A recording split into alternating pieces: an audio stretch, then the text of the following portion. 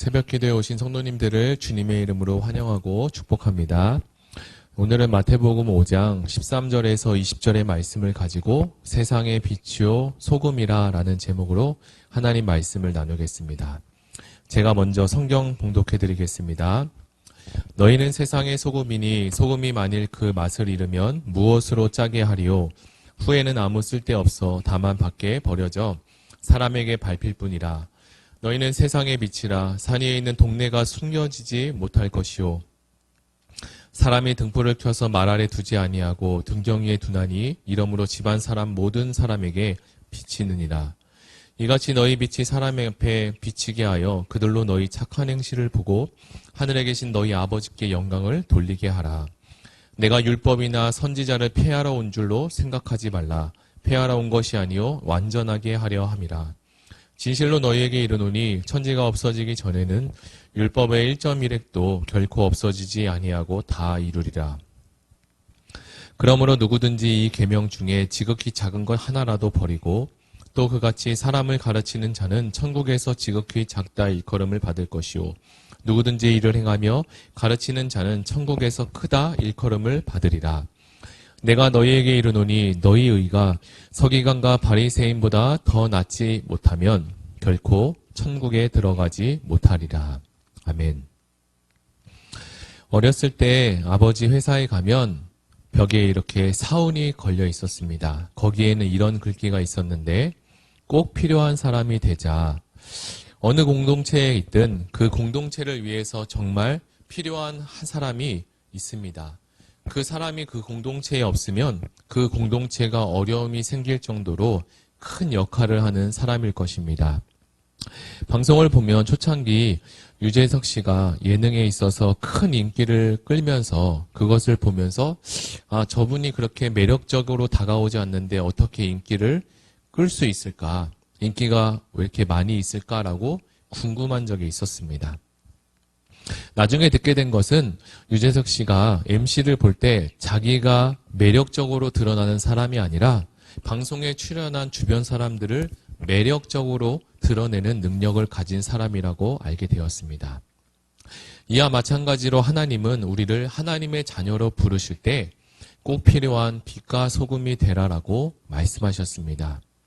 의미는 물론 조금 다를 수 있지만 그리스도인이 세상에 꼭 필요한 사람이면서 더불어서 다른 사람에게도 덕을 끼치는 그런 사람이 되기를 바라셨던 것 같습니다.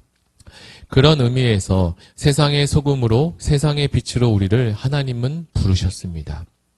소금에 대해서 조금 이야기를 나눠보면 저는 음식에 있어서 해산물보다는 육식을 더 선호하는 편입니다. 고기를 구워 먹을 때 꼭 필요한 것은 소금장인데 음식에는 소금이 들어가지 않으면 감칠맛이 나지 않겠죠. 하얗고 작지만 그 소금은 우리로 하여금 많은 이로움을 주는 것 같습니다. 또한 전 세계에 있어서 이렇게 짠맛을 내는 것은 유일한 것이 소금이라고 합니다. 물론 요즘은 웰빙이다 해서 소금과 설탕을 많이 먹지 말라고 하지만 아예 쓰지 않거나 먹지 않는 것은 아닙니다. 소금은 음식에도 이렇게 간을 내는 역할을 하지만 음식의 부패를 방지하도록도 합니다. 예를 들어 바닷가에서 생선을 잡았다고 생각해 봅시다. 생선을 잡아서 육지로 이렇게 오게 되면 오랜 시간이 걸릴 텐데 그 시간 동안 소금을 치지 않는다면 그렇게 힘들게 잡은 생선을 하나도 먹지 못하고 상해서 버리게 될 것이죠. 소금이 그냥 있을 때에는 아무런 효력이 발휘하지 않습니다. 그러나 이 소금이 물이나 어떤 물체에 스며들고 녹기 시작하면 큰 유익을 주는 것 같습니다. 이와 비슷한 의미로 우리 주님께서 하신 말씀이 있는데요. 요한복음 12장 24절입니다. 제가 한번 읽어드리겠습니다. 내가 진실로 진실로 너희에게 이르노니 한 알의 밀이 땅에 떨어져 죽지 아니하면 한 알 그대로 있고 죽으면 많은 열매를 맺느니라. 소금으로 하나님께서 우리를 부르신 것은 우리들이 녹아지려면 우리 주님이 말씀하신 대로 한 알의 씨가 땅에 떨어져야 하고 그리고 죽어야 합니다. 죽는 것이 곧 스며들고 녹아지는 것인데 내가 죽지 않고 남에게 녹아지기는 어렵고 다른 사람에게 유익을 주기 어렵습니다. 사랑하는 성도 여러분, 사도 바울은 우리에게 이런 고백을 한 적이 있습니다. 나는 날마다 죽노라. 그가 주님을 만나기 전 그는 다른 사람을 죽이는 자고 해롭게 하는 자였습니다. 그러나 바울이 주님을 만나자 그는 날마다 자신을 쳐서 죽이는 자가 되었습니다. 날마다 자신을 치고 자신이 죽으니까 날마다 다른 사람이 살아나게 되었습니다.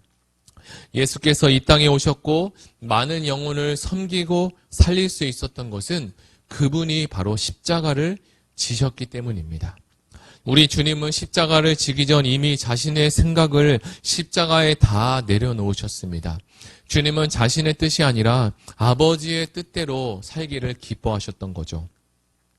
늘 아버지의 뜻이 어디 있는지 묻고 또 물으셨습니다. 우리도 하나님 아버지의 뜻을 날마다 이렇게 주님처럼 묻고 또 물어야 할 것입니다.